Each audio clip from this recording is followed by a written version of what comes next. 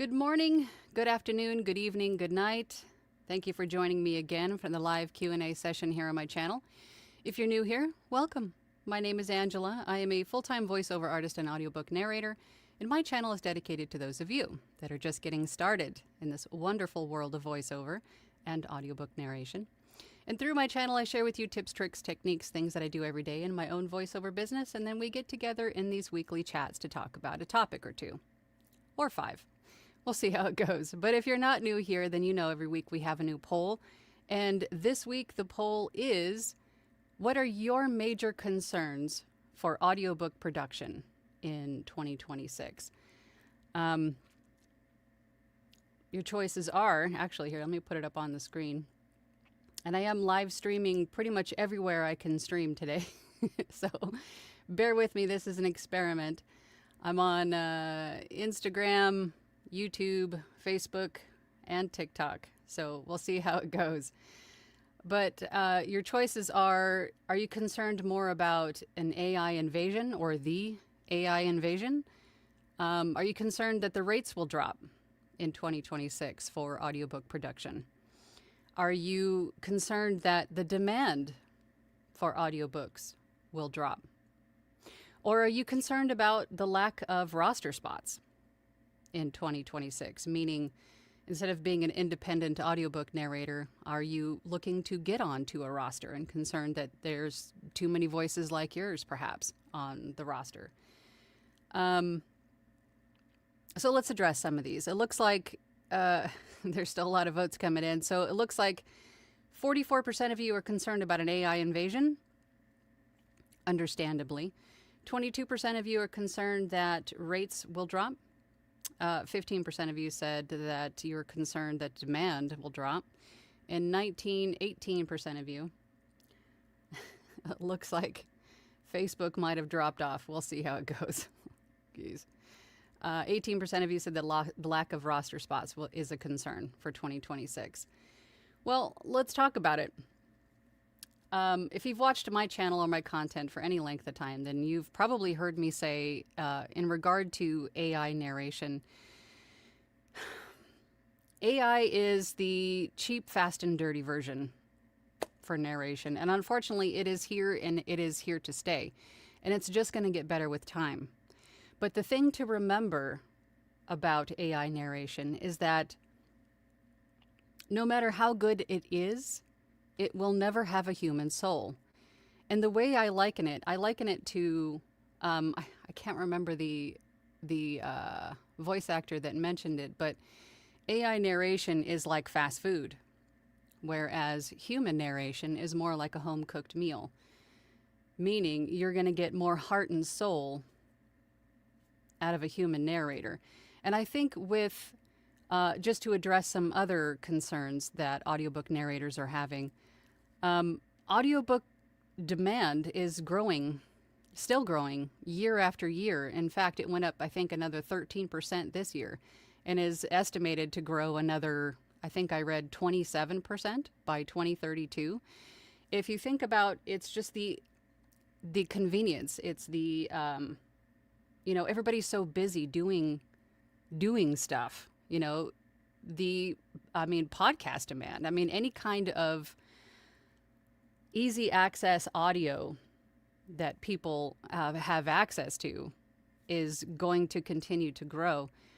So the growth rate is not the problem.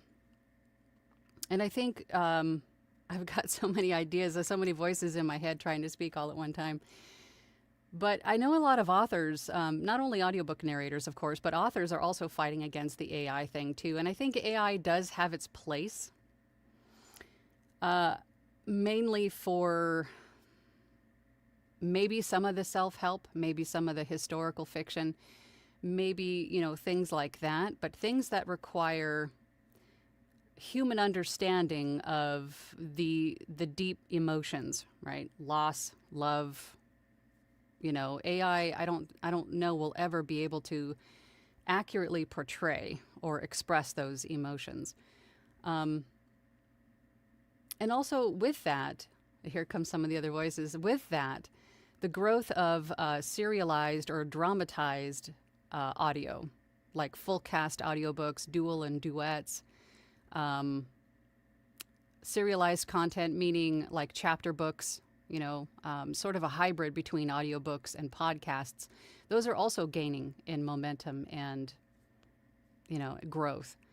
So I wouldn't be concerned as an audiobook narrator going forward. Not only that, but if you are an audiobook narrator who is somewhat seasoned, you could also dip your toes into the voiceover side, which is still as busy as it has ever been. Most of what I'm doing, just to give you a little insight into what I see the most business with in the types of voiceover.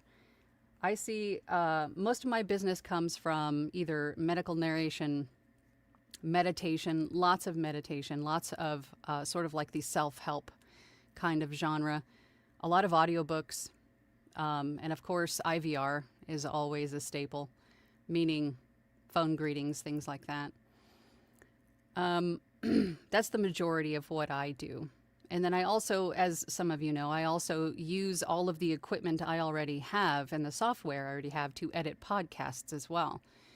So, as I always say, diversify as much as you can with what you already have. So, I'm sure I forgot something, but as always, if you're watching and you have questions, even if it's not audiobook related, then let's talk about it.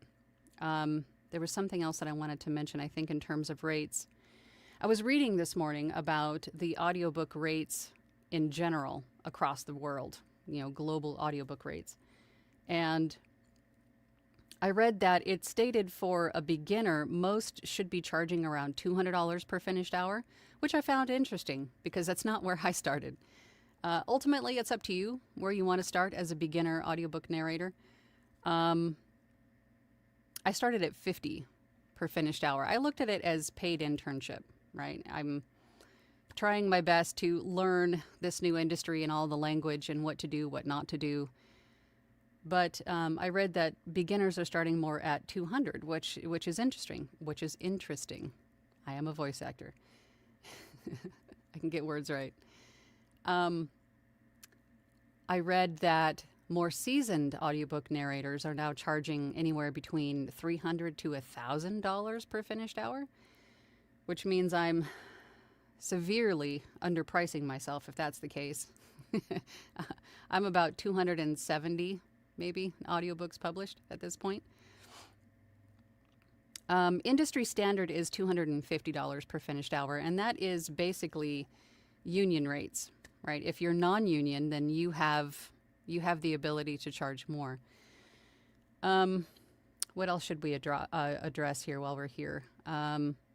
So I don't think rates are going to drop. I don't think demand is going to drop. I'm not too concerned about the AI invasion.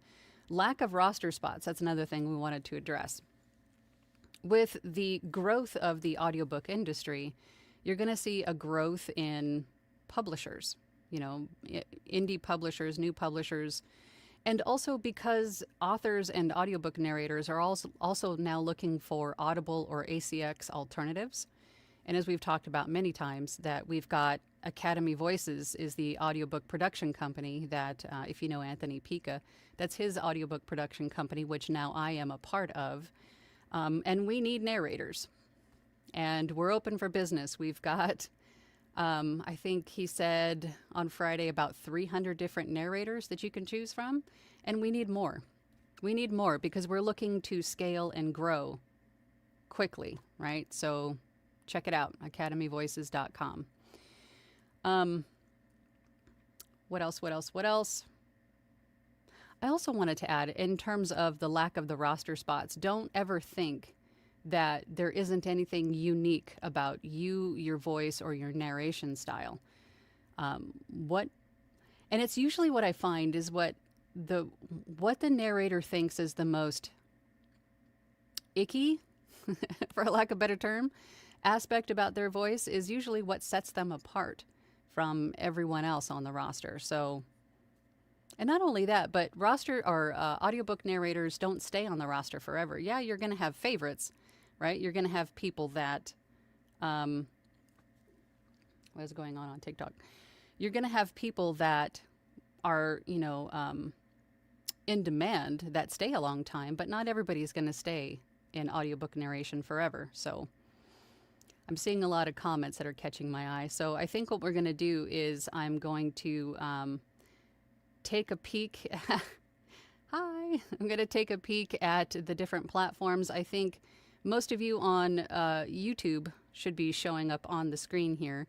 Instagram, I'm going to just peek occasionally at the other ones. I apologize. This is my first time trying to stream to like multiple places with multiple devices. So I'm trying my best. So, all right, let's take this comment or this poll question off the screen. Let's close that Facebook, whatever that is. I don't know. Let's go over to the comments. And I'm going to try to bounce between the different platforms. So bear with me. Let's look over at, we've got some people over on Instagram. Thank you all for joining. I appreciate you. I love storytelling. How can I start a career in story narration? Just like anything else, you have to start from zero. You know, it's good to take in all the content and do all the practicing, the studying, the researching that you can. That's how I started, but just be careful not to get stuck in the what we call the procrastinating stage, which means you're putting off getting started because you keep needing to learn something else, right? I can't get started because of X, Y, or Z. So just get started. Just do it. Get all the information that you need, but just get started. And if you love storytelling, then you're going to have a natural storytelling ability, which is a plus. Sage is here. Sage on Instagram. Thank you. She brought some Boston cream and apple cider donuts. I love it. Imposter syndrome is a huge issue for me. But our Launchpad community. Yeah, Launchpad is one of the tiers of membership on VO's Journey Academy. Come and check us out, learn with us, hang out with us. We're doing a big Halloween spooktacular this Thursday for class. It's going to be fun. So check it out. A VO's Journey. There's just too much going on. It's like information overload. All right. See, TikTok. Do we have any questions on TikTok? Hey, y'all on TikTok. Thank you so much for joining. I appreciate you. Hello, hello.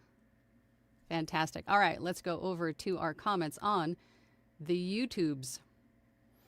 Abe says, good morning from Nashville. May you never procrastinate. May you always learn from your failures, fail forward, and may you never suffer from imposter syndrome. A big thanks to Angela. Thank you so much, Abe. Who, without her resources, I would be much farther behind where I want to be. You're an invaluable resource, and we appreciate you. Oh, you guys are so sweet. Ken says, seconded. I owe most of my skills to Angela and her. Oh, you guys are amazing. I appreciate you. I'm just glad to help. I'm just glad to help. Thank you all on TikTok for reposting. I see you. I see you. Thank you. Hannah says, hello, everyone. I wanted to share this week's VO achievements. Good. Yes, please share them. 1, I got my first 2 audiobook samples done and formatted. Good. 2, signed up on Fiverr, Upwork, Ahab, and Authors Republic. Fantastic. You had a very productive week. 3 people contacted me on Fiverr that I'm pretty sure were scams. That's inevitable. Anytime you make yourself available anywhere online, people are going to try you on, right? You wouldn't believe some of the stuff that finds its way to my inbox. 4, one legit person is interested in me doing a short up to 800-word read. Good. That's a start. 5, my soundproofing foam panels arrived in the mail, and I just started putting them up. Good. 6, I'm here on the live with you. Fantastic. Thank you so much, everyone on TikTok, for joining, watching. Say hi. Be a like, please. I appreciate you. Caesar's here. Hey, Caesar. Oh, hi, Angela. Once again, nothing in the poll concerns me. AI voices are still putting people off. I agree. And no matter how groundbreaking it can be at times, it still sits neatly in the uncanny valley. for a very long time until some crackpot genius figures out something new. Meanwhile, demand for voice acting will always remain strong, for as long as we don't pigeonhole ourselves into just audiobooks, there's plenty of demand in other industries. Games will still need voice actors, commercial work is always an option, and so on and so forth. As for rosters, spots open up all the time. If rates drop, diversify income, which you should be doing anyway. You should be diversifying income anyway. And that goes for any business owner. You shouldn't just have one stream of income. You should have several, because you never know what's going to happen, right? Coach, start a channel, write a book, narrate it, apply for foreign language dubbing. Our voices are so versatile, they can fit in so many industries. Right on the money there, Caesar. That said, hello, Angela. I don't want to spoil anything, but I got someone into analog, and I'm very excited. It will help set up their front end today. This will be a game changer for them. That's fantastic. Look at Caesar paying it forward. Yeah, for those of you, Carmen, my eyes aren't the best on TikTok. Carmen says, oh, my pigeonholing into audiobooks. And on top of that, I almost want to say get really good with one genre. And I think, excuse me, I think the one genre that I saw had the most traction and demand was romantasy. And then it was closely followed by general fiction, but then also, interestingly, historical fiction, autobiographies, memoirs, things like that were also gaining in popularity, as well as self-help, which is pretty much my wheelhouse. That's most of what I do is self-help, with all the meditations and things. And not a shocker, I know. But I almost want to say get really good in one genre, but then on the second hand, I would say start with the genre that you're most comfortable with, but be sure to always be, spreading your wings a bit into other genres, because, I mean, there's money in them hills, right? If I could say it. Romantasy is sort of a cross between fiction and romance, but it's more like, or I should say fantasy and romance, hence the name romantasy, right? And I think that particular genre is getting the most demand for full cast audiobooks, dual or duet at the very least, full cast or dramatized where there's sound effects and music and everything. So, and then there's also always, of course, the spicy genres. We can't discount those. Those will always be popular and always money makers.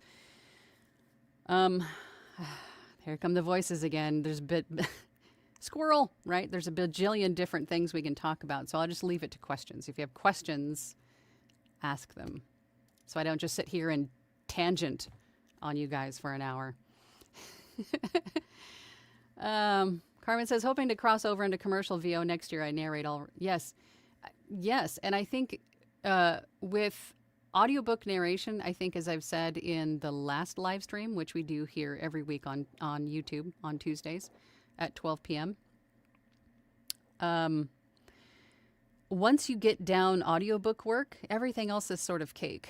Formatting wise, emotion wise, right? Under script interpretation. If you can master audiobooks, even in the slightest sense, right? Everything else is sort of cake. So if you're an audiobook narrator and you want to diversify your income, then absolutely do it. Get into other types of voiceover. Because if you think about everything that you hear on a day-to-day basis that involves a voice, that's an audiobook. That's a voice actor doing it, right? So get out there. Jason Kirkover is here. Good morning, Jason. I'm not worried about AI because even good ones sound like absolute robots. There are something like 600 different types of articulations, inflections, and intonations that a human being can produce. Currently, AI can produce about 30 or so, and experts are saying they're not currently capable of doing any better. Currently. I look at it as inevitably AI will get better. But if you've listened to any kind of AI narration, some of them are very good, but there's still, I think Caesar said it best, it's something like uncanny valley. There's just something not quite right about it.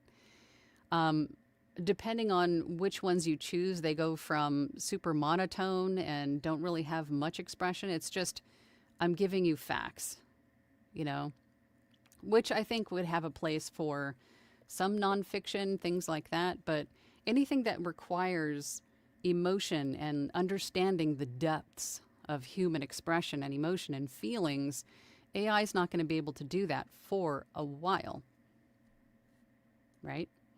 Fast food versus home cooked meal. Jason then says, plus, it's all the little flaws that give human storytellers that human touch. Absolutely. The things that we used to focus on when we edit our audiobooks, meaning we take out the mouth noise, we take out the breaths, we take out all of the things that we think, especially when you're just getting started, as bad or off-putting, are the things that set us apart from AI narration, right? So I see someone on Instagram who joined who should be in class, mister.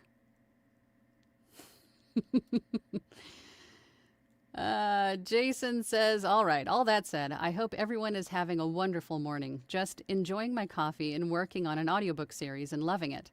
Glad to be amongst those learning and growing. Good.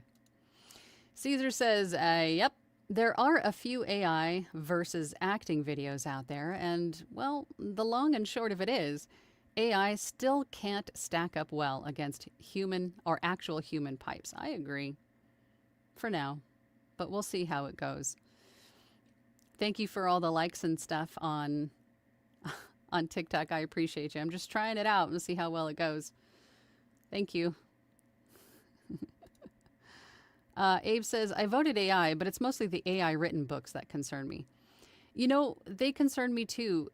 Not because of how well they're written, but I think as we've talked about before, with YouTube and some other platforms starting to crack down on AI content, or at least the disclosure of AI content, I think at some point there's going to be more, at least regulations or something placed upon these that may get all of these books that were written by AI, you know, kicked off platforms because it's not genuine work, you know?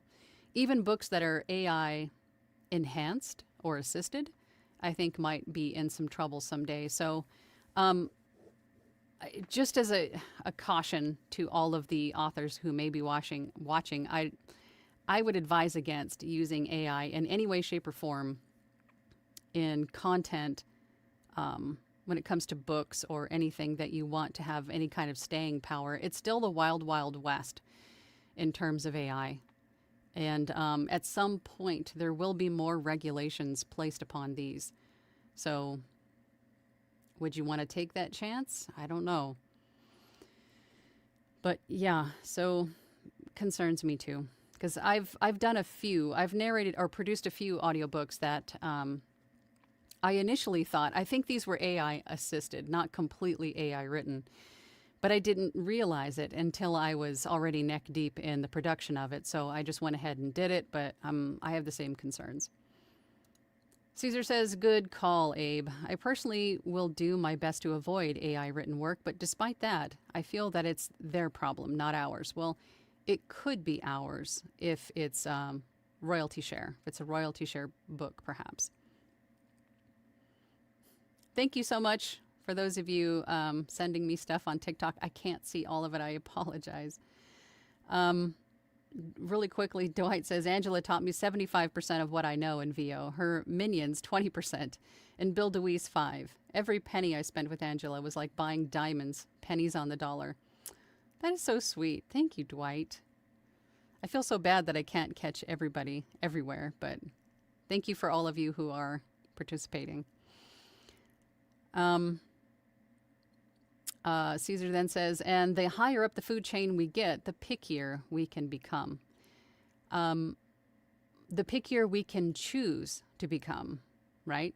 Again, as a business owner, an audiobook narrator, treating this as a business, because you should, you have that power to decide what you will and won't want to do, right? You don't have to. You don't have to narrate AI written or AI assisted books. Dwight on YouTube, you're everywhere, Dwight, says, good morning from the gloomy weather day along the CT coastline. How are you doing, Miss Angela? I am fabulous. Had a fantastic weekend. Didn't get a whole lot of rest, but it was great. Hello, my fellow Angelistos and Angelistas. Hope all is well. Paul is here. Good morning. Dwight then says, when life gives you lemon, make limoncello margaritas. Salud. Cha-cha-cha. Excuse me. Kat says, hello from Washington State. Zasi Buki. Am I saying that right? Good Lord. I hate messing up people's names. Finally made it to a live. Brought Seattle dark roast coffee and apple cider donuts. You guys know me so well already. Dwight says, good afternoon all. Dwight says, I answered AI because I have technology evolved everywhere. And unfortunately, I think over time, not today, AI will be indistinguishable from human voices to the average human being. And I think to your point, and I think with the use of it on social media platforms like TikTok, like Instagram, where you can create video snippets with an AI voiceover, we're becoming more and more acclimated to hearing it.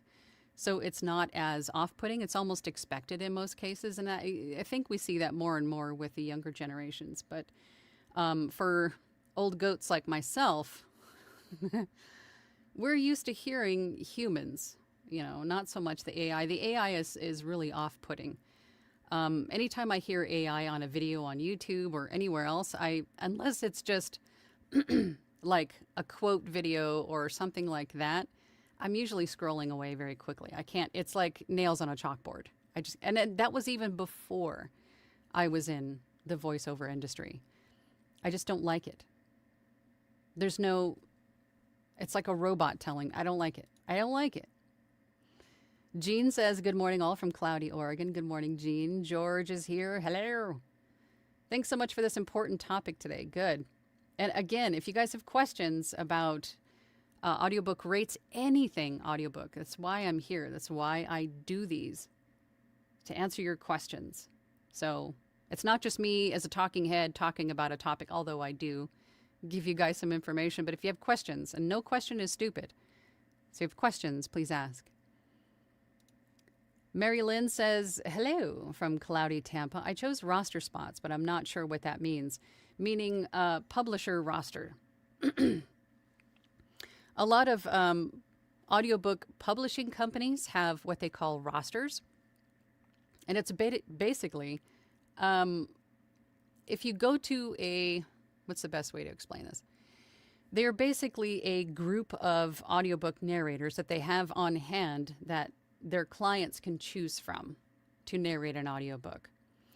Some publishers have an in-house roster, meaning they only have their own group of narrators that they will share with clients. Some publishers use freelance talent that they go out and find. So mainly the bigger, larger caliber, let's just say, publishers have rosters. They'll have in-house talent. They'll have their own selection of rosters or a group of audiobook narrators to choose from. But not all of them do. So if you want to get into, let's just say, Simon & Schuster, right? They're going to have their own pool of audiobook narrators to choose from. Now, if your dream is to be on an audiobook roster, go out and do it. But just know that to do that, most publishers will want you to have some breadth of work already done, some titles under your belt to start, or some other parameters or stipulations that they need you to meet before you're even eligible to be considered to be on a roster. So, and that's not a bad thing, right? They want someone who is tried, tested, and true, which makes sense, right? Because they don't want to take on a client, show them your profile. They go, oh yeah, that's the voice that I want. and then you just completely ghost, right? They don't want that. So being on a roster is a good thing, but it's not the end all be all either, because I'm not on any rosters apart from Academy Voices. Most of what I do is freelance. People finding me, publishers finding me for their clients. So there's so many different variables and options. Tanya says, evening all, I bring cinnamon buns and mince pies. You guys are going to hear my stomach. Oh, there it went. My stomach's growling. Mary Lynn says, okay, yeah, that. Tanya says, yay, I didn't get caught out by the change on GMT. Oh, did time change already? I think it changes. No, it changes early November, I think. This weekend, Sunday, yes? I think. Dylan says, I'm just concerned my mental health won't hold up. Trying to swim with some bigger fishes and imposter syndrome is hitting hard. Okay. I think looking at people that we admire, people that we follow, people whose names we know very well just being in this industry, we look up to them and see them as bigger fishes. We see them as that, as such. What you want to do is not, and I know it's tough. I think the first time I spoke with Anthony Pica, years and years and years ago, before we became friends, I fangirled a little bit because when I started, I was in the research phase. And his videos were the ones that I was watching. And then over time, I've met more and more other audiobook narrators, people that I looked up to, over time. And I've come to realize that they're just people. They're just people like you and me. But the difference is they started so much earlier than we did. They're just like you and me. Some may have, a voice that everybody wants. Some may have, these skills that are just unbelievable. But guess what? They also started in the exact same place that you and I did, from zero. And you have to keep in mind, Dylan, that they've been doing this a whole lot longer. There may be some natural talent there involved. Yeah, sure. Everybody has, varying levels of skill in one thing or another. But you have to remember that they all started in the same place that you and I did. Zero. So you can get there. Don't look at them like they are gods or they're just people like me and you. Respect to them for sure. Absolutely. But they're just people like me and you. And that might help with some of the imposter syndrome. I grabbed my coffee and I'm just holding it. I'm not drinking it. Did anybody see the Welcome to Derry that came out this weekend? I think it was Sunday. Such a good episode. The first, oh my God. I can't wait till the next one. But you guys know I'm a Pennywise nerd. Mama Imani says, love the analogy. I do too. Hannah says, what word count is considered still a VO and what's for an audiobook? Like if a person wants me to do, okay, if it's an audiobook, it's not by word count. If it's an audiobook, if it's a book that you're making into an audio version, that's an audiobook. Everything else is voiceover. That's the only way to distinguish it. So if someone's got a 5,000 word script for medical narration, let's just say, it's a how-to or how to use this medical equipment, something like that.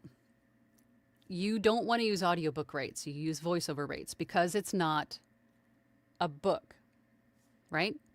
It's the only way to distinguish it. Hannah says, oh, this is a continuation of your question. Yeah. No.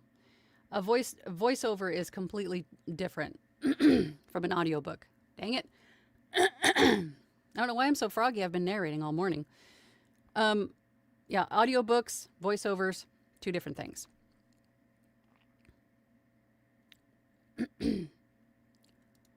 A good place to look for rates, just to go back to Hannah's comment, a good place to look for rates is avosjourney.com. Anthony's site has a whole rate guide there. And we've actually gone over it together here on my channel not too long ago. If you're looking for an idea of what to charge for voiceover rates.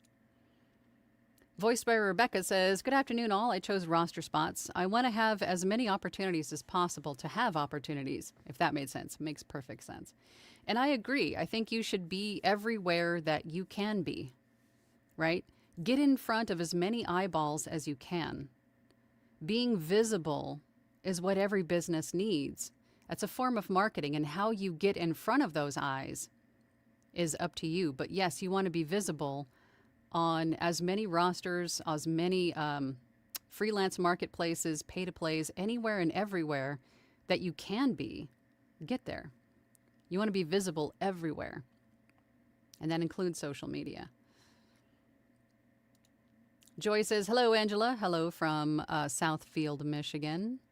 Tanya says, I chose roster spots as I feel that they're more likely to pay near industry standard, although I have no evidence for that. I set my rate at $225, but accepted much lower for early books. Yeah, it's going to depend on the publisher or the publishing company. Some of them have set rates. Some of them will allow their narrators to choose the rate. But I think for the just for consistency, it would make sense that they would have their own set rate. And I think it's going to be fair enough for all parties involved, right? Enough to compensate you for the time and production, and then also enough to compensate the people on the back end that have to publish it, that have to, do all the marketing, all of that kind of stuff. So I would imagine most publishers are going to have a set rate, unless they're looking for freelance narrators, which most of the publishing companies I work with do. And therefore, you determine the rate. And sometimes they'll negotiate a bit with you, and that's fine. And that's your prerogative as a business owner to set your own rates. And, once in a while, if you think it's a company that you're going to see repeat business from, wouldn't hurt to be flexible from time to time, for sure. Rich says, I believe Scott Brick charges $750 per finished hour, as he should. As he should. I wonder what Teddy Hamilton charges. You guys know I love Teddy Hamilton. Jenna says, hey there from Ohio. You're appreciated, Caesar. Tanya says, yes, Angela, you should be charging more. Do it. Caesar says to Dylan, I would tell you that imposter syndrome shouldn't affect you, but who am I to talk? I get it every day, which makes me think preserving mental health should be on the poll. It should be. It should be. And I think I would never say to not feel imposter syndrome or shove it under the rug or anything like that, because it is something that we experience as humans. It's a normal, natural thing. So feeling and understanding that in that moment, that's what you're doing, that you're, comparing yourself to someone else, or, it's all in, as I always say, it's always in the mindset. It's all in how you look at things, right? It's all in how you look at it. Throw me some likes on TikTok. I appreciate you. It's free. Chris says, good morning, supporting VOJ here. Yes, VO's journey. Good to have you, Chris. Jenna says, hey there from Ohio. You're appreciated, Caesar. Chris says, you got this. Is it Louis or Lewis? I don't feel like AI can convey emotion at the right time. I believe we are still highly sought. I agree. I mean, at the core of it, AI is an algorithm. AI is an algorithm. It does what it is told. It's not going to understand when emotion should be expressed, or how deep, right? It's going to understand the plot. It's going to understand the purpose, the facts, the code, whatever is input into it. But it's always going to be just a little bit off, I think. In probably our lifetime, anyway. Hannah says, should I make separate audiobook gigs, for example, on Fiverr for English and Estonian, or keep them under one gig? Oh, it's a good question. You could try to do them in different languages to highlight each language separately, for sure. If there's going to be an issue, then Fiverr will more than likely tell you. They'll more than likely say, hey, you can't have 2 gigs that are the same. But if you have one that's completely in English and another one that's completely in Estonian, then they should be different enough, right? Or you can just save, because when you first start on Fiverr, you only have 4 gigs to use. So you could use 1 gig and then make it known in the title, the tags, the description, everywhere else that you speak 2 languages. Your profile should also reflect that you speak both languages. So if someone's searching for an Estonian voice, could easily find you just by using that filter, right? So I don't know. I would start with 1. I would start with 1 and make it known on both that you do both languages. Rustic Hillbilly is here. Good morning. Dylan says, thanks, Caesar. It gets us all. It sure does. I'm just in a new world right now. And I accidentally read comments on a couple YouTube videos I voiced over. Never check the comment section. And no, I don't either. I don't either on stuff that I have done. Not because I don't want to know how my voiceovers are being received, but I think for the most part, most people, when they have comments on what they're hearing and they think that they're just an anonymous person, an anonymous, voice or name in the void, that what they say is, it's not going to hurt someone. Or maybe that, I don't know, trolls, right? People are just not nice sometimes. And I don't want to affect my mental health, right? All that matters to me most importantly, is what the client thinks, right? If I succeeded in fulfilling the client's vision for what they wanted the voiceover to be or what it was for, that's enough for me. That's enough for me. Because you can't please 100% of the people 100% of the time. You just can't. You can't. So you can't try to achieve that standard because you can't. It's impossible. It's along the lines of when I say that I hate the word perfect, because it kind of supports that, right? What is perfect? Everybody's got a different definition of perfect. There is no perfect. It's an unachievable goal. It's an unachievable standard. Just like trying to please 100 people, 100% of people 100% of the time. You can't. So don't allow what other people say to affect what you do and how you get to your dreams, or how you fulfill your dreams, how you get to that end point, that place that you call there. When I get there, don't let other people sideline you from that, from achieving that. Thank you for all the likes. Oh my gosh, you guys, thank you so much. You guys are going crazy with the like. You guys are awesome on TikTok. Thank you. Chris says, the godmother of audiobook narration.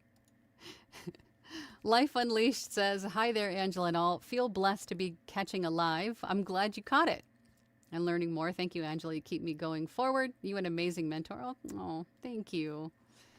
You guys are amazing. Review Exchange Group says, not concerned about AI invasion. Part of my brand is 100% human narration. Let's make it easier for authors to pick a real voice. I try to encourage authors through Audiobook Review Exchange Group. Yes, and that should be something that you are also including in as audiobook narrators and even voice actors in general. I think that's something that we should start including in the descriptions, our bios, something somewhere saying, I support human narration, right? No AI, like AI with the big anti-circle thing on it. No, because it just makes it easier because there's so many options out there 4 authors to choose from in terms of, different choices, different voices. And then once they finally find one, and maybe they've got their top 3 choices, and then they're going, okay, well, which one of these people is going to try and scam me with an AI voice? Well, if you make it known that you don't do it up front, that it's 100% you 100% of the time, then that might make you an easier candidate to choose from. You know? I mean, I'm starting to think that I'm going to have to do that too.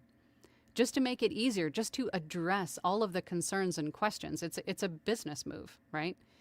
Making it as easy as possible for the client to purchase from you, or the why they should be purchasing from you. And one of those is that you are a real person. You're a real human. Tangent over. Jeff and Lori says, hi, Angela. I'm beginning all over again and looking forward to joining VO Academy. Good. We'll be glad to have you. Please advise on how you sort through the emails, good versus bad, or scams, what to look for. Usually spotting scams includes finding... I would look at how it's worded first. If the content or the body of the email is... if it's too good to be true, that should be obvious. I never click links. Especially when it's someone that I'm meeting or conversing with for the first time. I do not click links. If they have a script then that is downloadable, that's fine. But make sure that you have like multiple even software on your computer that will scan documents for malware and things like that. It's just the world we're living in, right? I mean, that should be a standard for everyone right now. But mainly the scams are if they start out as dear insert first name here. If it reads like it's very vague, but there's a couple of spots where it's personalized, like your name, but everything else is sort of vague. Maybe we should do a video on how to spot scams. But usually if it's too good to be true, they need you to sign up and give them information somewhere else. If they want you to download or click a link and go somewhere else to do... I try to make it as simple as possible, right? Give me your script. I'm going to scan it. I'm going to look at it, which you should be doing anyway to verify word count and content. And then we'll go from there. I'll just kind of feel it out as we go along. Joy says, I admit I still have to conquer the tendency of spending too much time on trying to turn in that perfect audition. And I spend too much time on perfecting one audition instead of getting it done and move on. It's really easy to do, and I think that is something that we do that's sort of along the same lines as procrastinating, right? We're holding ourselves back for fear of good or bad feedback or what happens next, the fear of the unknown, right? And if you spend too much time on an audition, then you run the risk of over-editing, which we all know is not a good thing. We'll actually end up sending in an audition that sounds like it's over-edited, maybe even non-human. So we want to be careful with that. So my best advice to you, Joy, is just to, when you see an audition for something that you want to produce, just record it, do some light editing, and forget about it. Move on to the next thing. Don't ruminate on that audition either, and don't wait for a response or feedback because you might never get it. That's just the way it is. Think of it from the author's perspective. They're soliciting auditions for the production of their audiobook. They get hundreds of responses, right? They may or may not get back to you. Some authors are fantastic and give feedback and they will get back to you right away. Some don't, right? Don't wait. Just keep going. Just keep auditioning. Set a goal for yourself, Joy, or anyone else watching. If your goal is 10 auditions a day, stick to it. Stick to it, right? If you're spending too much time on one audition, then you recognize that you're spending too much time on one audition and you need to move on because you have 8 other ones that you need to get done in the time period that you have. Right? Don't allow yourself to over-edit or overthink anything. I think that's one of the major downfalls we all have. We have a tendency to overthink everything. Don't allow yourself to do that. Phil says, I've listened to you for quite a while. I'm sorry. You've been extremely helpful. Well, good. I'm glad. Entertaining, at the very least. Hannah says, is the only way to upload a sample demo on Upwork via upload a video? Doesn't that lower the audio quality? Most of these platforms have to, their networks have to house or be able to hold an unfathomable amount of data. So everything that's uploaded to these platforms is going to be compressed. So any which way that you upload anything that is meant to stay stored on the device or in the network or whatever it is not going to sound the best.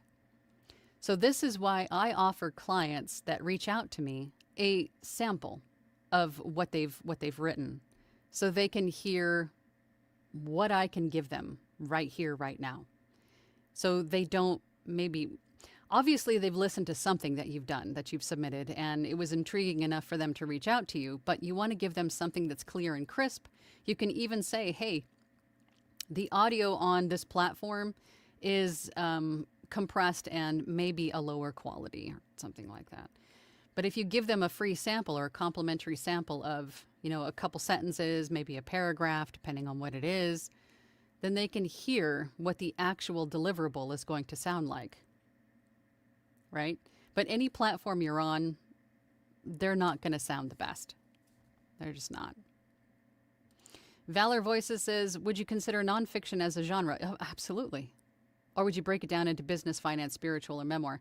Nonfiction is nonfiction. You have fiction, and then you have nonfiction. And then you have all the subgenres beneath. So even with fiction, you have romantasy, you have thriller, you have horror, you have, you know what I mean?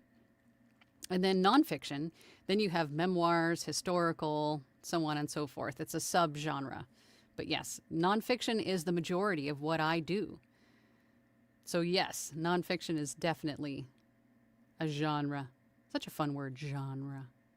Caesar says, thanks, Jenna. Never read the comment section, Dylan, unless you develop thick skin. If anything, consider percentages. Lots of folks find your delivery captivating. Joy says, where's romantasy? How long ago was that comment? I think we covered it. It's like a mixture between romance and fantasy. If you think about, just as an example, Fourth Wing, A Court of Thorns and Roses, that whole saga. What's another good one? Where's my book talkers? Where's my book talkers? What are some examples of romantasy? Oh, God. I'm missing so many. Oh, my God. Thank you guys on TikTok. You guys are amazing. I'm missing so many comments and things. Book talk, yes. Real fam. Absolutely. I am a book talker. For sure. You guys should see my collection. And I listen and read. Twilight is romantasy? Okay. That's a good example. All right. Yes. Book talk. Ken says, my wife has expressed an interest in maybe doing narration work too. Didn't realize it was contagious. But we can do our own dual. Yes, yes, yes. If you are a husband and wife team doing dual or duet narration, that chemistry is already there.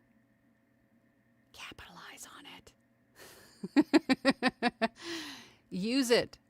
Do it, my God. That's easy. What time is it? Holy Moses, we've been on for an hour already. All right, let's get through these comments. Court Stream says, how important is it to get an agent when you first start out? Not at all.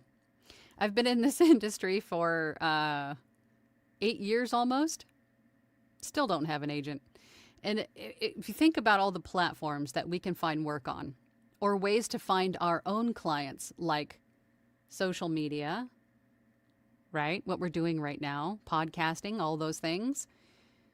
Don't have to worry about an agent. But all those platforms that we're on, the pay-to-plays, the freelance marketplaces like Fiverr, Upwork, voices.com, Voice123, Bidalgo, Voice Planet, Voice Jungle, all of those platforms, those act as agents. An agent does the same thing. Oh, TikTok's making me do like a puzzle thing. Hold on. Boop. Okay. Sorry. I don't know why it's making me do. Okay. Anyway, it's not. The people that I know, my colleagues in this industry that I know that have agents, it's not a big deal. I mean, if they see an audition maybe a couple times a month, it's not a bad idea, again, like I said before, to be everywhere and to have all these different avenues or ways to find work. It's not a bad thing. But having an agent, I don't think is as important as it used to be, perhaps, because of all of the platforms that are available that act as an online agent. Ken says, agent? I don't need no stinking agent. Caesar says, mastering audiobooks? What's that? Yeah, you are the master of mastering audiobooks. Rich says, Angela, are there any big news regarding audio dramas? We have one in development for Academy Voices, if that's the one you're referring to. This is something that we're broadening our horizons and our production capabilities for Academy Voices. We were sticking with classic literature, but we're now that we've got more horsepower, we've got more staffing, we've got more skilled and talented people behind Academy Voices now. Now we can branch out into pretty much everything else. But right now there is an audio drama in development. It's going to be an original thing, an original piece. But we are looking for, I mean, eventually we're going to be doing like dramatized audiobooks, right? I mean, we're really going to give ACX a run for their money. I'll tell you what. Not only that, but at Academy Voices, we have social media, marketing packages. We're going to be able to design websites for authors pretty soon. So we're looking to be sort of like a one-stop shop above and beyond what ACX can give you, right? Caesar says to Joy, romantasy, romance, fantasy. Fourth Wing. Yes, that's a good example. Thank you, everyone on TikTok. I appreciate you. Thank you for all the likes. You guys are amazing. Review Exchange Group says, my goal now is to reach out to as many indie authors as possible, in addition to ACX. Finding where the indie authors hang out has proven elusive to me so far. TikTok. Social media. Chris says, I have 8 demos ranging from audiobooks, video games, narration, and commercial, but I don't know where to send them for work. I don't have a website, but wonder if pay-to-plays are the best option. They are one option. I don't know if they are the best option, but it's good to diversify, as we've said many times. Diversify. Be on all the platforms. Market yourself on social media. Be everywhere. Be where the eyeballs are. It's never enough. Remy says, if I asked an author, do you think they would be open to me uploading my recording of their book on YouTube? Not to be monetized, just for practice. I have to say, Remy, I think most authors would not allow that because it is copyrighted material. If you want to produce audiobooks for YouTube, you want to look at projectgutenberg.org. Those are all books that are in the public domain, meaning out of copyright. And there might be some extra tweaks that you need to do to it in order to publish it. Please look that up. I don't have the specifics, but if you change X amount of words or something like that, then you're able to do that. But most authors, I would think, would not want their copywritten material online if they're not gaining anything from it. Joy says, hello, Caesar. Thanks for the spell check. Eric Grimes. Carl. I always think of Walking Dead when I see your name. Hi, Angela and the A-Team. I look forward to the day I can demand a certain per finished hour, and you will. in the future. Until then, I just keep working for whoever will hire me to build my resume and increase the chance of being heard. Eric. Okay, we can't look at it that way. We can't look at whoever's going to hire me and then, someday, somehow. Yeah, someday, somehow, but you have to be proactive. You can't just go, okay, well, here's my demo. And I'm not saying you do this, but, generally speaking, you have to get out there. You have to put yourself in, the eye line of authors, of publishers. You have to get out there and be visible. Eric. Mommy says, or mama, not mommy, mama, says, I would love to do voiceover work, yet I am not exactly computer savvy. Any suggestions or recommendations? You don't need to have any kind of special computer at all. Any kind of computer will work. The only things that you want to keep in mind for computers is you want it to have decent RAM, I would think, at the very least. I think my laptop, when I first started, only had 8 RAM, but I quickly learned that all of the software and hardware and all of the things you're going to be running into it with the external monitors and everything, you want it to have decent processing power. So I would say 16 gigs of RAM would be ideal, but it's not a game changer. The other thing is you want it to be away from your microphone. If I'm quiet for a second, you could probably hear my beast of a tower outside my studio. My door is open. My computer is huge and custom built, and the thing is loud.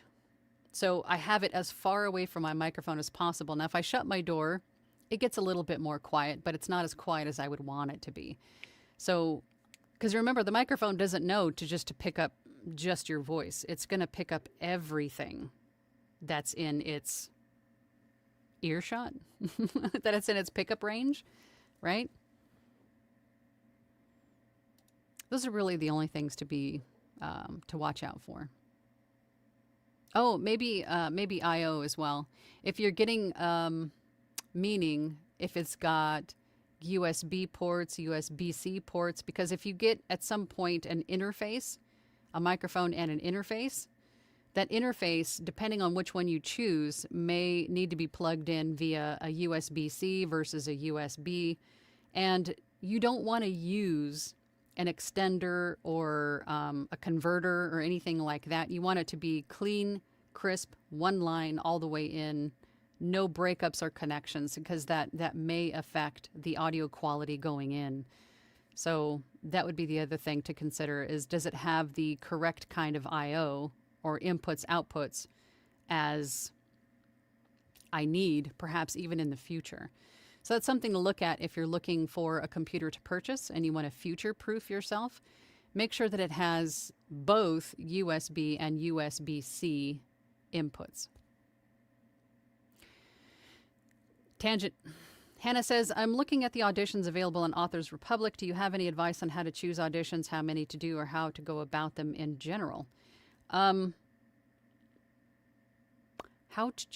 would say choose the books that are interesting to you to start. If they're interesting to you, then you're going to do better on them, because you're going to connect with them a little bit more than, say, something that you're not, like taxes. If taxes doesn't interest you, then don't choose that book, right?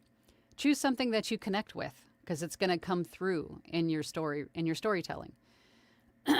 How many to do is going to depend on what your schedule availability is, right? If you want to set a goal for yourself to do 10 auditions a day or 10 auditions a week, 10 auditions a month, if you don't have a whole lot of time, that's going to be, dependent on you on an individual basis. But just make sure that you understand what you're reading. Take the time to interpret the script. Who are you as the narrator? Who are you talking to? And why are you talking to them? Life Unleashed says, I narrated 8 audiobooks written by AI. They were horrible and ACX removed them all. That is my main fear with AI written books. And at some point, even the AI assisted books may even be affected, is my concern. Thank you all on TikTok. I appreciate you. Look at all those likes. Thank you. Eric says, Mama, you are in the right place. Angela has a plethora of useful videos to help you get started. Thank you. Tanya says, I've been involved with 2 AI written books when I wasn't paying attention. They were the least enjoyable jobs I've done so far. Yeah. Yeah.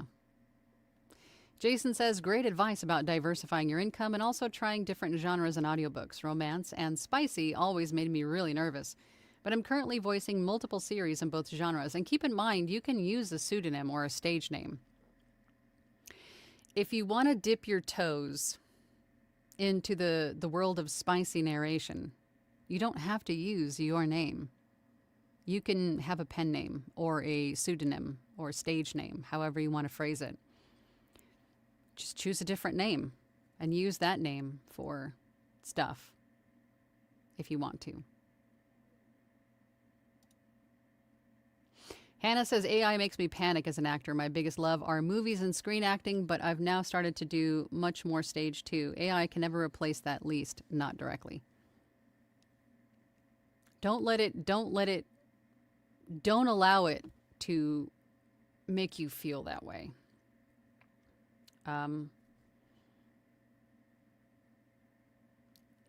It's an inevitability, right? It's something that we're going to have to learn more about and embrace for its capacity, for its place in this industry.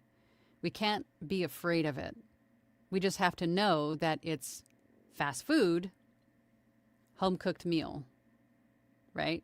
Accept it, embrace it, learn about it, but don't let it think it's going, don't let it make you afraid of losing. You guys know what I'm trying to say. I can't think of it. What I'm trying to say. Caesar says, you already have the voice and acting chops for it, Eric. The only thing I can see that needs improvement is your audio interface and your processing. And your visibility, Eric. Zazie says, you got it right. Zausibuki. Zausibuki. Okay, thank you. Lewis says, I cringe when I hear AI VO. Me too. I still do. I don't like it. I don't like it. Caesar says, oh, while we're here, mine is pronounced spicy Caesar, like that salad, but muy picante. Valor Voices says, the funny thing is, even if you're using something like 11 Labs, it takes longer to get the AI right than it does to just to narrate it. I've never used any of those AI companies. I've never used any of those just to even try.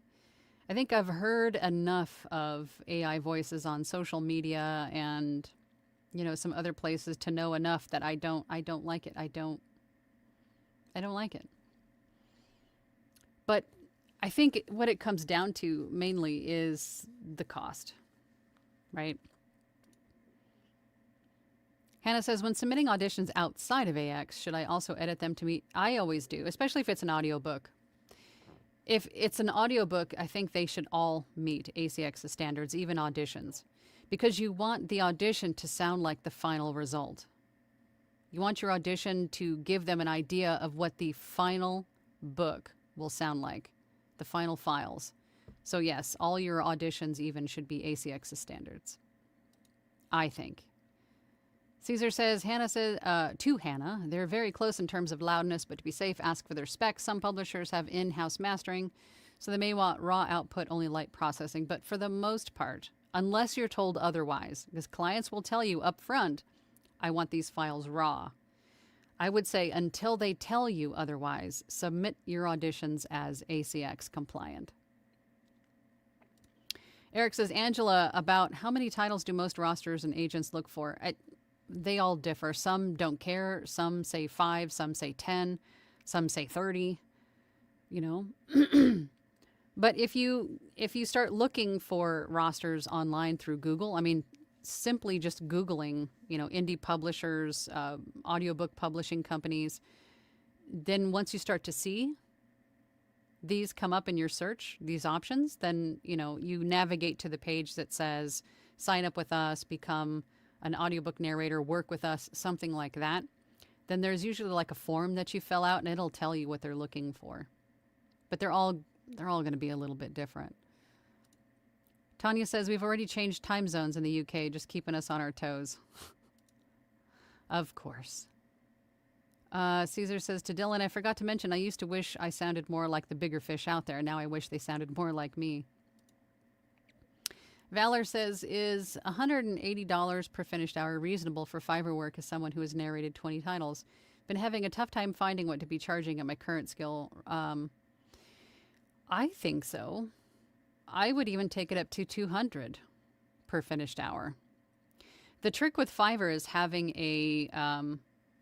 your base offer should be at a price point that is intriguing enough for people to stop the scroll and click on your gig and look at it, listen to you, and hopefully move forward from there. Right? As I've said before in, I think it was a few videos ago where we talked about Fiverr audiobook pricing. Check for that video on YouTube, and I show you exactly what you need to be doing. Peak Parable says, in regards to swimming, both swimming with big fish and interacting with them, I have been blessed to get into my statewide audiobook guild. They have become my mentors. That's awesome. Caesar says, I haven't started on Welcome to Dairy yet. My volcanic lake erupted, and we have acid rain and no internet for a few days. Oh, understandable. Understandable. For sure. It just never ends for you, Caesar. Jeez. Rich says, remember Michael Jordan also started from ground zero. He was cut from his high school basketball team. Yep. Mm-hmm. Review Exchange Group says, my most fun book this year was narrating for Renee, a 99-year-old this year author. Wow. His son-in-law told me that when Renee heard his words given a voice, he was overcome. What a bonus payment to me. Absolutely. I love that. I love that. Jason says, I'm currently listening to 11/22/63 by Stephen King, and a big portion of that book takes place in Derry right after the losers beat Pennywise the first time. Great book so far. Yeah, Stephen King likes to interweave like parts of his universe into most of his books. He'll start to weave in places, people. He'll do that. He has his own like multiverse. Valor Voices says, it's broken down on a VO's journey as beginner, intermediate, and seasoned. However, I've done 18 audiobooks in the last 6 months, and I get mixed feedback on where that would place me. Don't worry about where you think you should be. Just pick one. There is no scale. There is no designated spot for X amount of books. Just choose what you think is appropriate for you. You ultimately make that decision. Right? Stop thinking like an employee and start thinking like a CEO. Make that choice based on what you think your skill and talent level should demand. Hannah says, is anyone more knowledgeable about Ahab? Is it just me, or why are there literally no auditions on Ahab? It's dying out. It's hard to say. I mean, all the publishers are going to have, you find that just about anywhere. But I would, if there's nothing going on one site, go to another. That's why it's important to be on multiple. Review Exchange Group says, I see an Upwork VO jobs offered at $10 to $20 per finished hour. Divide that dollar amount by 3 or... Yeah, I don't even... Those are just insulting because they're not realistic at all. Carmen says, so how long have you been coaching on this? I've been in this industry. I started about 8 years ago, and I started coaching 5 years ago, maybe? 5 years ago, I think. I have like mentorship, and then we also have like group learning and things like that. Because everybody likes to learn differently. I have videos here on YouTube, and then and snippets on TikTok. So if you haven't seen my profile yet, I have snippets of my live streams and other videos on YouTube. And then I have mentorship packages, and then we also have Launchpad.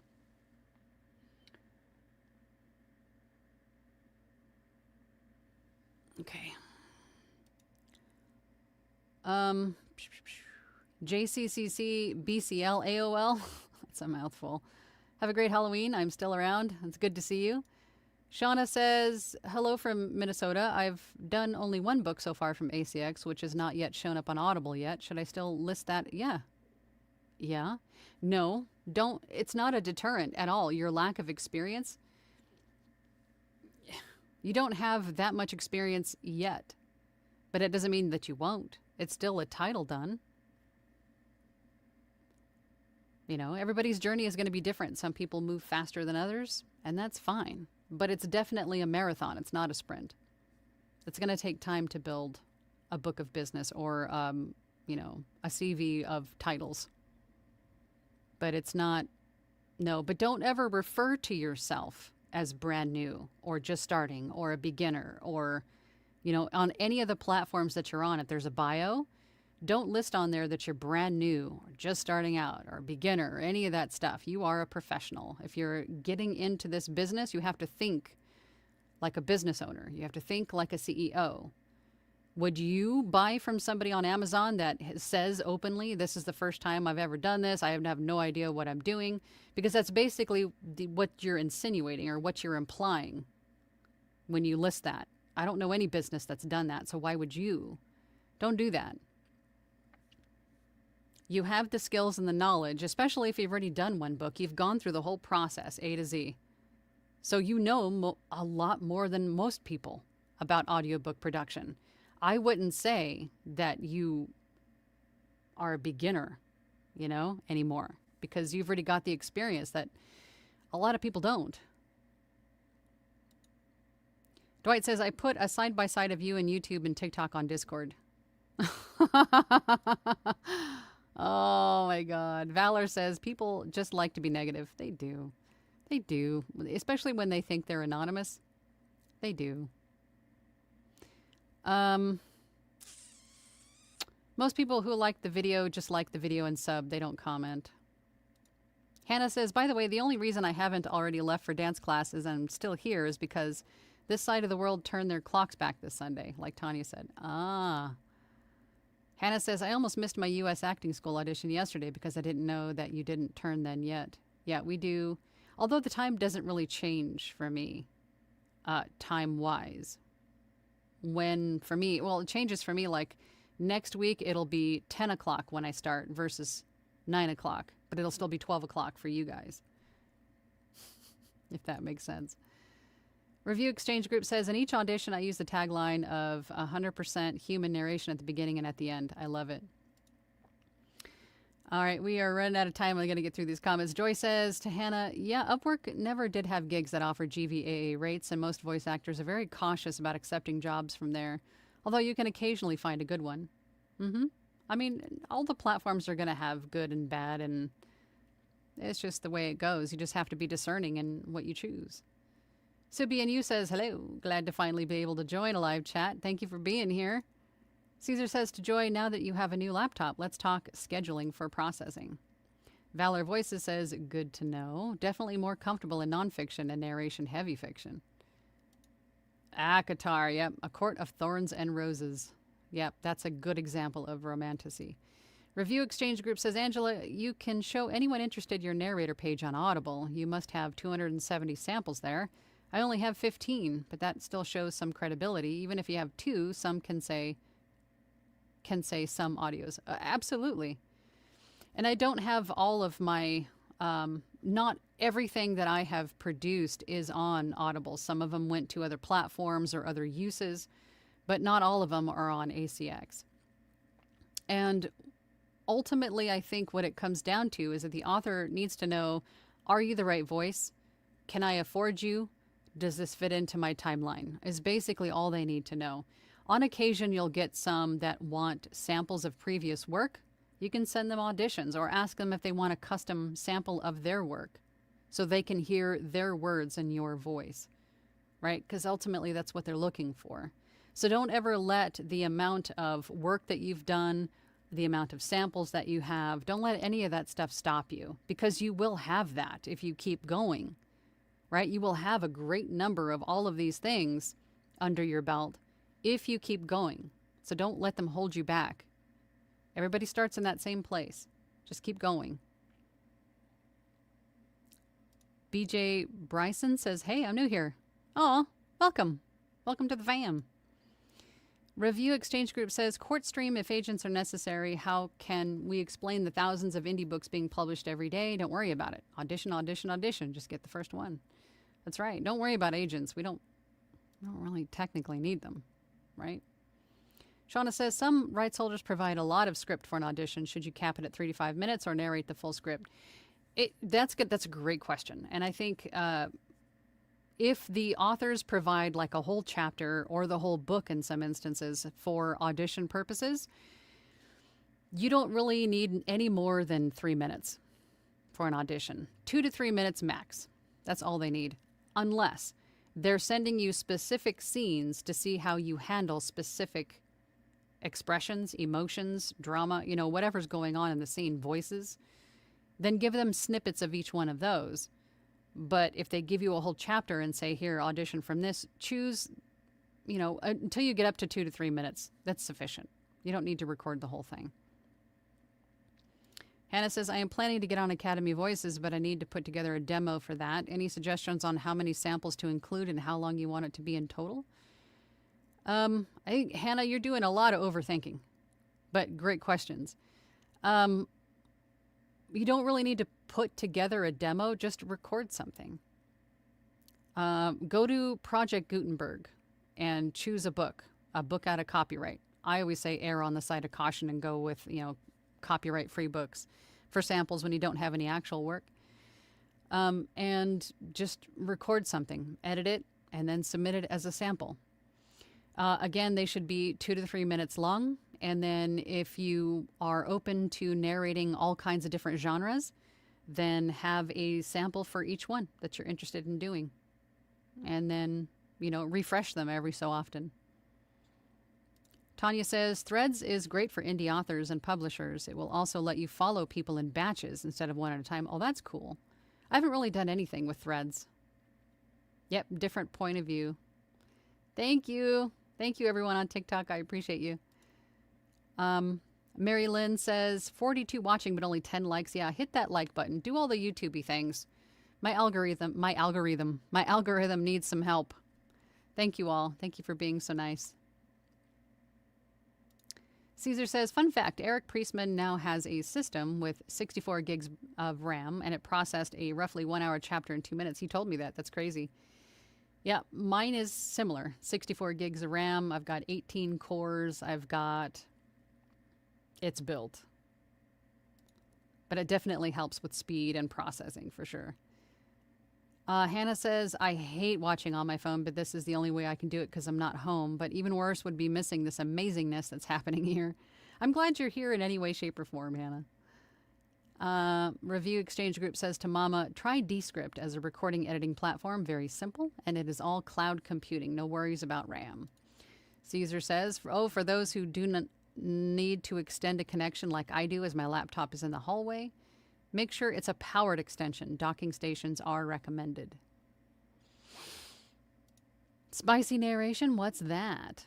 And if you need a extra long cable to run from your computer tower to your equipment in your recording space, Amazon has tons of different options, tons of different connection ports like USB, USB-C, Thunderbolt, all of those things, all the ends, everything that you could ever want in terms of a connection cord and the length you can find on Amazon. That's what I've did with most of my stuff. Most everything in here is just extra long cords directly from the device to the computer to minimize interruptions, changeovers, anything like that.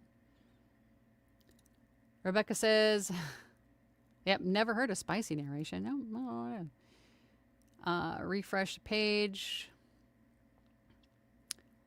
Let's see. Hannah says, would you stay clear from rosters until you're way more experienced? Because if they think you're bad, then you'll leave a bad mark on it. Hannah, stop overthinking it. I could tell you that some of these publishers won't even allow you to be on their roster unless you have proven yourself with a set number of titles. So I would just focus on being a freelance audiobook narrator, and then at some point you'll be comfortable enough and you'll have enough titles under your belt to actually apply for being on a roster, but they will not, once they hear what you're capable of, they will make the decision then and there that maybe you need a little bit more practice, or maybe they can welcome you aboard. It's gonna differ from person to person to person. But if you feel that you're ready, then apply. If they don't accept you, then wait 6 months and apply again. Right? Dwight says, Angela, what was the name of the lady on Fiverr that charges the same low word price for the... Oh, Red Horrocks. She charges, I think $10 for... I forget what it is, but she was one of the first voice talents on Fiverr. She actually rang the bell on the stock exchange when Fiverr went public, when their stocks went public. Yeah, she's but it's all volume for her. I mean, God, she's since what, 2011. She's got a huge book of clients. Eric says, thank you, Caesar. As soon as there's money in the account this week, we'll be buying the interface you recommended and then hire your expertise. I have to jump. Yes, you have to jump into social media. Tanya says to Hannah, I thought that about Ahab until I realized they have a lot of interaction going on Instagram. Alicia's there. Hey, Alicia. Hello, all. Sorry, I got confused with the clocks changing, of course. They change for us on Sunday, I believe, on the 2nd. Hannah says, yeah, sorry, I'm a master overthinker. It just says upload the best audiobook demo. Don't get worried. Just upload it. Just upload something. The best one meaning the one that you feel you did the best on. Right? Joyce says, I'll vouch for Amazon for carrying extra long cords for any equipment needs. I got a few of them. Oh, yeah, I've got a ton of them. They've saved me quite a bit, for sure. Between Sweetwater, B&H Audio, or B&H Photo, and Amazon, that's pretty much makes up the majority of where I got everything in my studio. But I'm going to call it a wrap for today. We've been on for an hour and a half today. This was a long one, but I'm so thankful for all of you on TikTok who have come along this ride with me. Thank you so much for all the likes, all the comments, and if I missed anybody, I apologize. I've got like 3 different places I'm looking and trying to find comments, but I appreciate. Thank you so much for participating in this experiment with me.